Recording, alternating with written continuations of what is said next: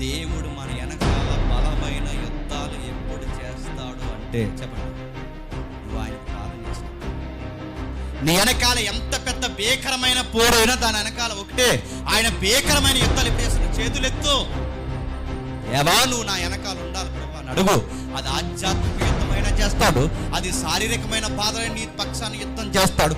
ఆయన నీతో యుద్ధం చేయాలంటే సూత్రం ఒక్కటే, నువ్వు ప్రార్థన చేయాలి. కొన్ని విషయాలు నిన్ను ఎందుకు ఎంటాడేస్తున్నాయి, కొన్ని బాధలు నిన్ను ఎందుకు ఎంటాడేస్తున్నాయి, నీ కుటుంబంలో ఎందుకు ఇలాంటి విషయాలు జరుగుతున్నాయి, కొన్ని ఎందుకు నువ్వు ఇలాంటి పరిస్థితుల్లో స్ట్రాంగ్గా ఉండలేకపోతున్నావు.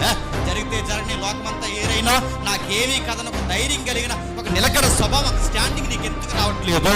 నీకు ఆయన ఉన్నాడన్న ధైర్యం నీకు రావట్లేదు. సందర్భం కాకపోయినా బట్ ప్రేయర్ చేసేసాను, లైఫ్ ప్రేయర్ చేసి ఆవిడ ప్రేయర్ చేసినందుకు 100 కొట్టిందని బాగానే చేస్తున్నావు. నువ్వేం కొట్టావు? ఈ లైఫ్లో ఏం సాధించావు అడుగుతున్నాను.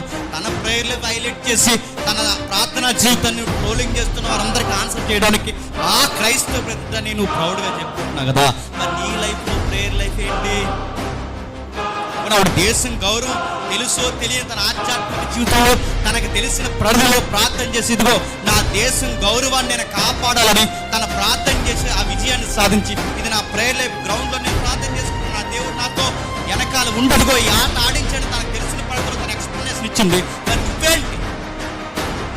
ఒక దేశం కోసం ఆడుతున్న అమ్మాయి ఎవరైతే ఉందో, దేశం కోసం ఆడుతున్న అమ్మాయి తన ప్రార్థనా జీవితంలో ఇదిగో నేను ఈ విజయాన్ని సాధించాను చెప్తే తన విషయాన్ని పక్కన తానే బాను.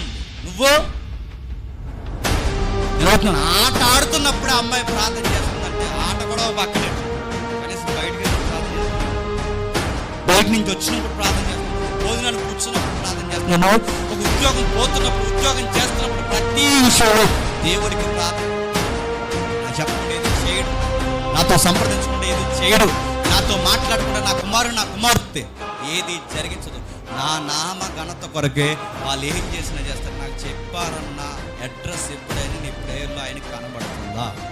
అతను రాకుండా నా గురించి నేను ప్రార్థన చేస్తాను, నా కోసం ఇంటితో ప్రార్థన చేస్తాను లేదు తర్వాత విషయం. కానీ నా గురించి నేనే ప్రార్థన చేసుకోకపోతే ఎంతకన్నా దర్డు ఉంటుంది. నిన్ను నువ్వే చేసుకుంటా, నీ విషయాలన్నీ నాకు గుర్తుంటాయా? నీ బాధ ఏంటో నీకు బాధ తెలుస్తుందా, నీ బాధ ఏంటో నాకు బాధ తెలుస్తుంది. బాధ నీకు బాధ నువ్వు చెప్పుకో ఆయనతో.